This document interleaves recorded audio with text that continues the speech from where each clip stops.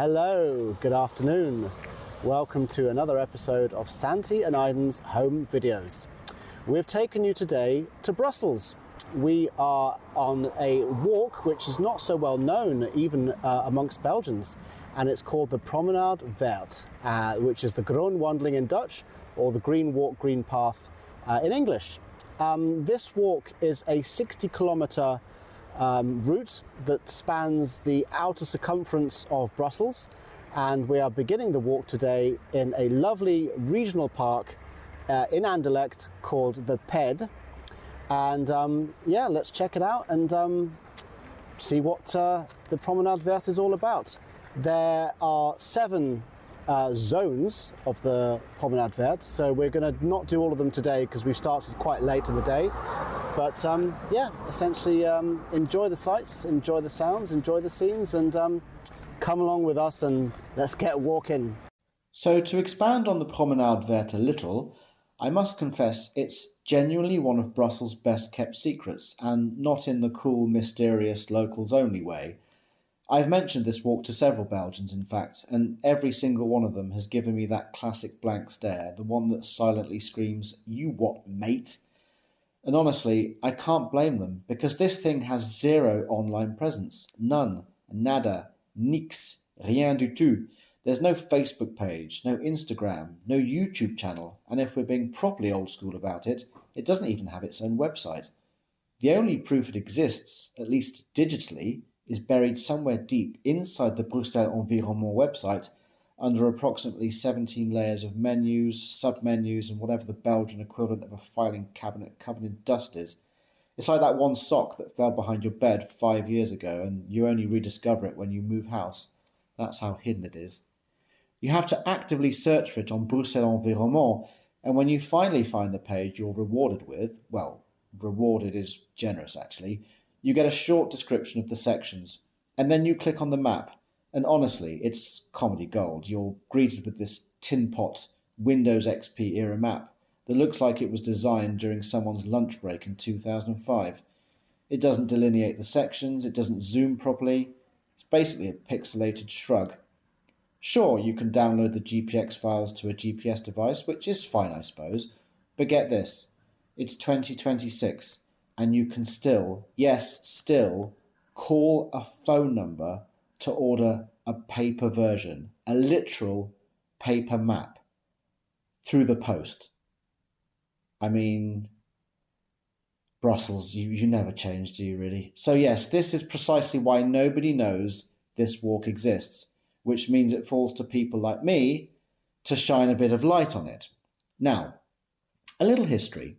The Promenade Verte, or Green Walk, is basically Brussels' way of saying, what if we made a giant 60-kilometre nature loop so people stop thinking we're only about traffic jams, EU buildings and fries, which is horribly cliched what I've just mentioned, but it's a noble mission, frankly. The idea of a green belt style walk had actually been floated about since the Leopold II era. Ever the conservationist, although let's be honest, he's more about other kinds of conservation, which we won't mention, he did pitch the idea of linking up Brussels' major parks. The idea was then politely ignored for about a century until the late 20th century, when a subsection of the Brussels Capital Region project finally decided to give it a go. So now we have 7 defined sections, each between 5 and 12 kilometres. We've started pretty much at the westernmost nib of the walk in the Valley de la Pede, as I mentioned at the beginning, which is a sort of subsection of the Molenbeek Valley and one of the biggest chunks. Then you've got the Pajottenland bit just below, swinging around to the southwest transition part, which is then the Vogelzangbeek and Geertsbeek. Try saying that after a few. The forest section is number 4, which is the Sonian forest in South Uccle. 5th is the green corridor of the Woluwe Valley. 6th is the northeast section of the Seine and Woluwe. And the final loop is the Heysel Plateau and Royal Parks, which we will finish on day 2. Now, this video isn't going to bore you with every nook and cranny of the walk. If that's what you want, then Google Street View is right there. We're just showing you the highlights.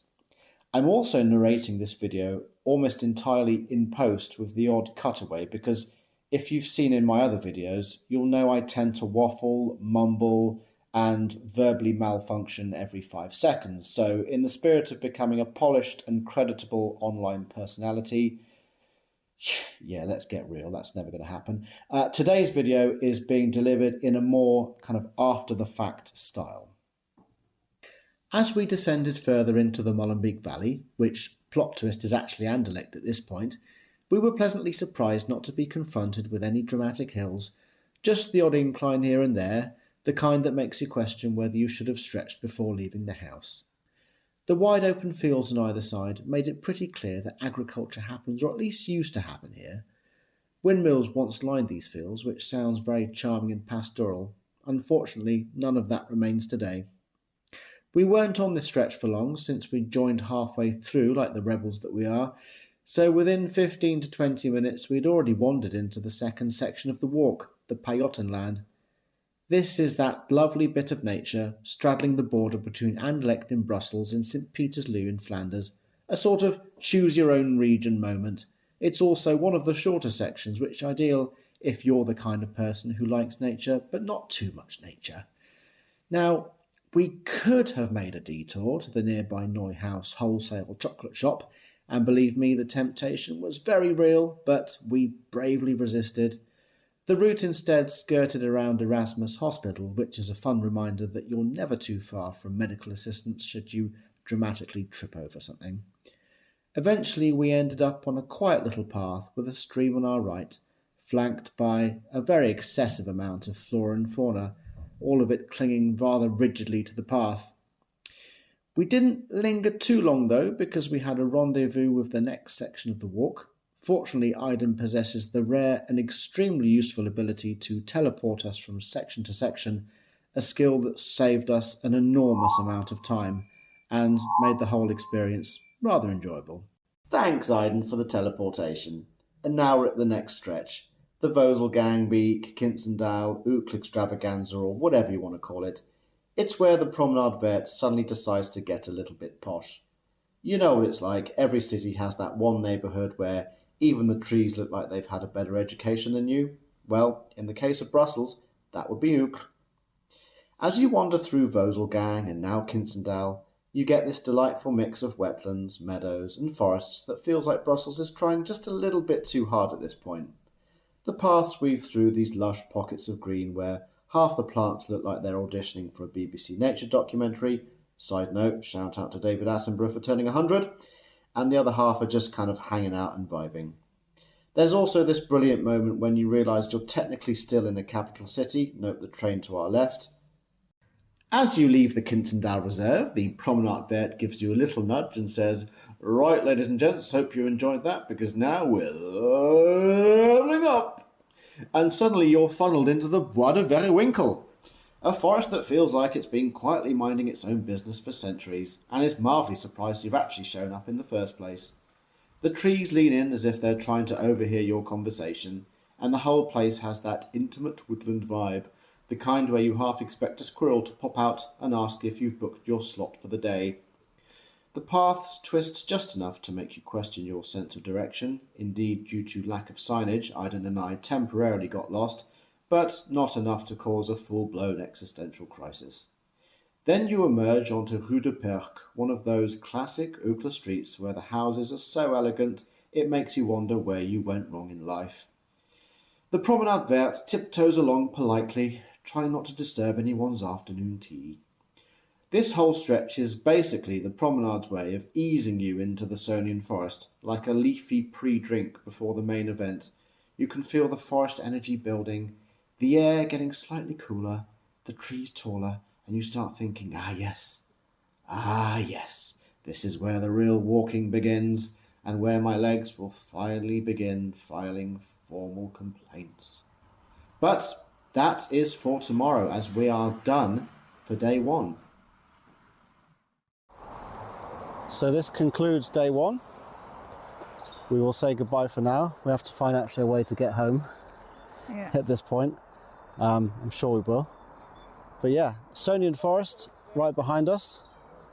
We will continue at that point then. Yeah, we will come back here tomorrow. At this very point tomorrow, God willing. Yep. Yeah. Okay. Well, we will see you on the other side. this marks the end of it. End of part 1. Bye-bye. And we are so back. Good day to you. This is day 2. We are now back at the place where we finished last night. We are at the Sonian forest section of the Promenade Verte, the Green Path Walk. And, well... It's another nice day today. It's a beautiful day. Take a look here. Absolutely fantastic. So we are now going to continue, essentially. Without further ado, let's get walking. Let's go. So it took us a wee while to get back out to where we'd wrapped up the night before. Between diversions, Sunday bus timetables, and Brussels public transport doing its usual impression of a cryptic puzzle, we were significantly slowed down. But make it we did, triumphant and raring to go. As I mentioned, it's a balmy mid-spring day, and the people of Brussels have spilled into nature like it's a city-wide school trip.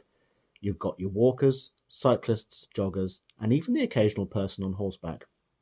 The Sonian forest is genuinely beloved by most of the city, partly because it's within touching distance, and partly because you can actually get to it by public transport, which is a luxury many other cities can only dream of.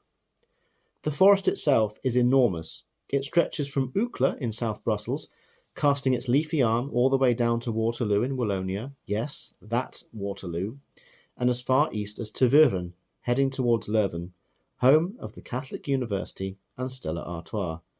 I'm told those two things go together very well sometimes.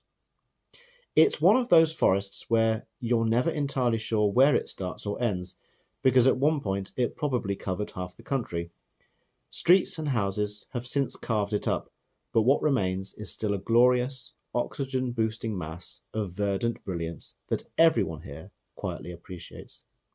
This is personally my favourite part of the Promenade Verte, and it's only a slight tragedy that we aren't lingering any longer, because just as we slipped into this beautiful fairy tale, sunlight filtering through the canopy, the whole Disney package, we were abruptly yanked back to reality by a pedestrian tunnel plastered in graffiti.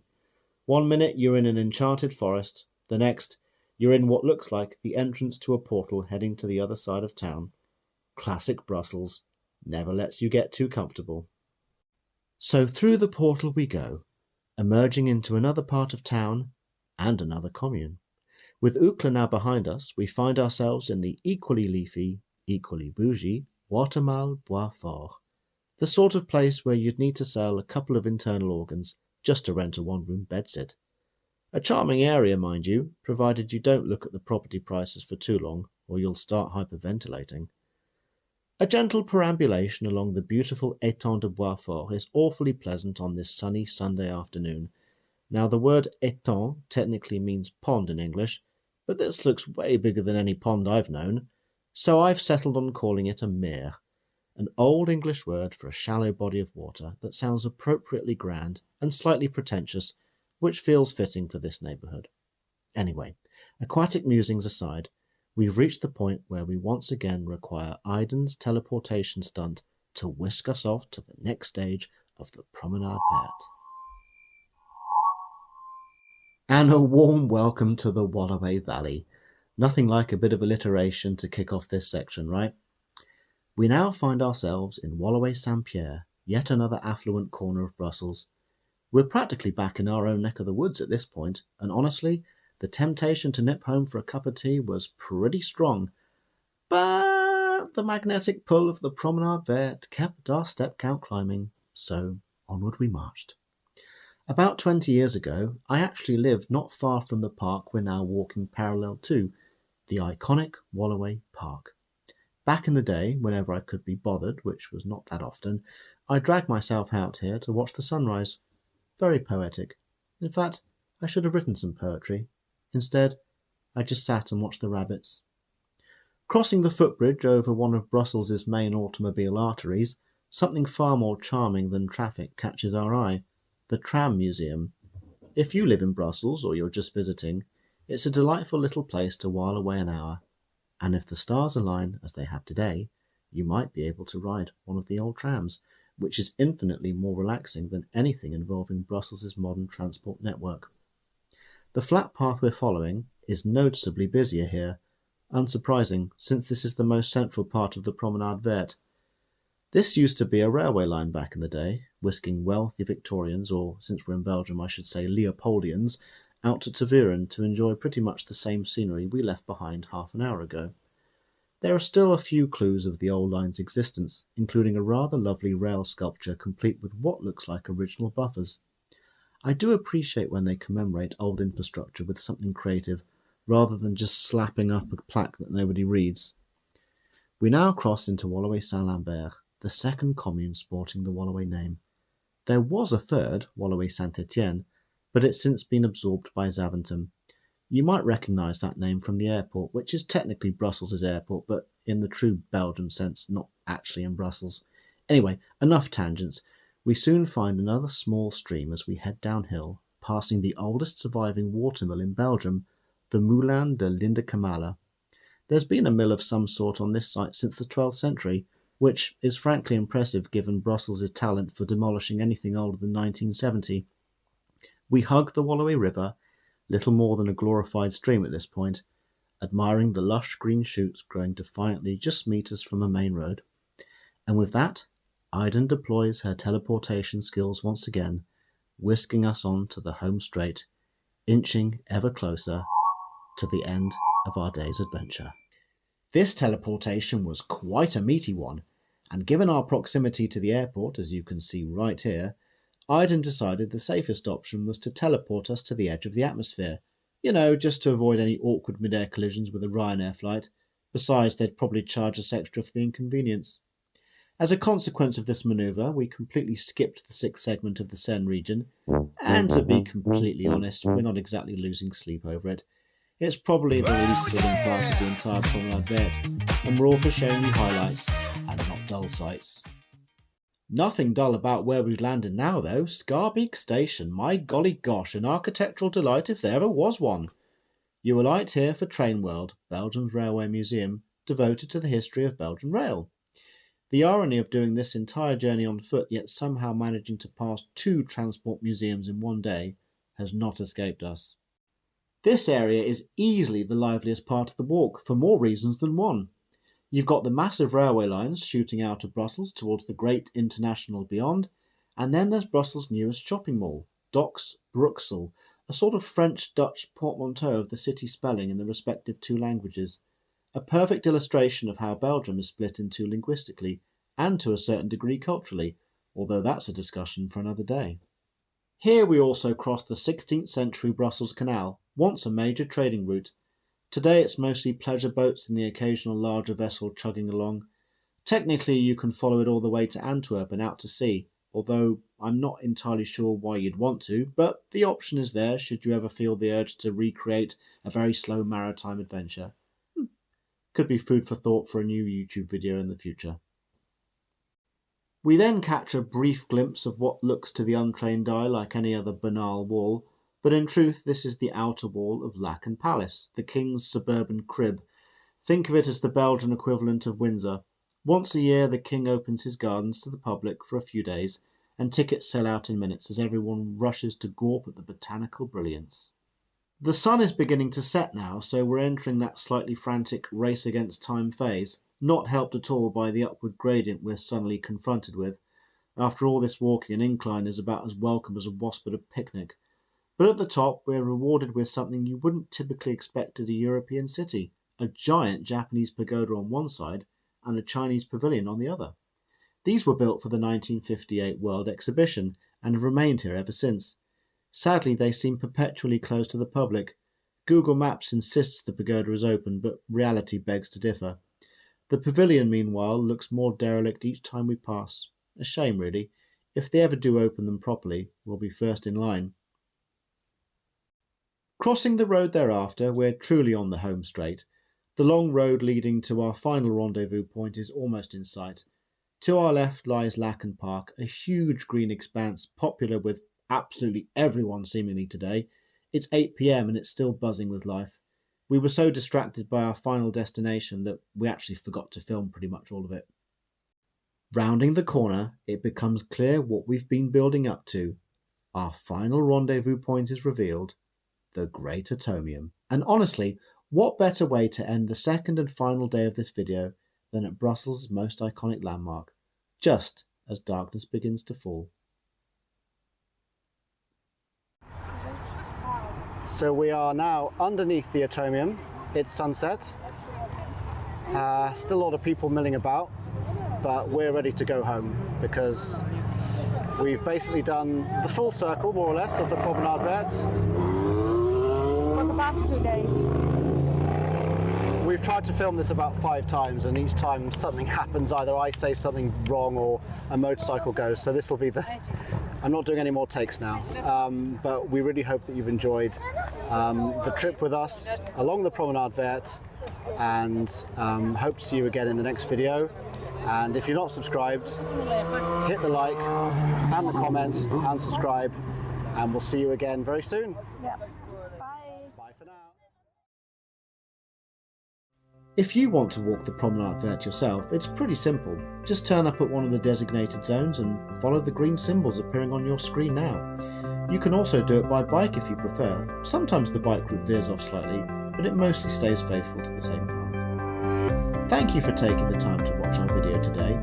If you enjoyed our content, a like and a subscribe would mean the world to us. Until next time, goodbye.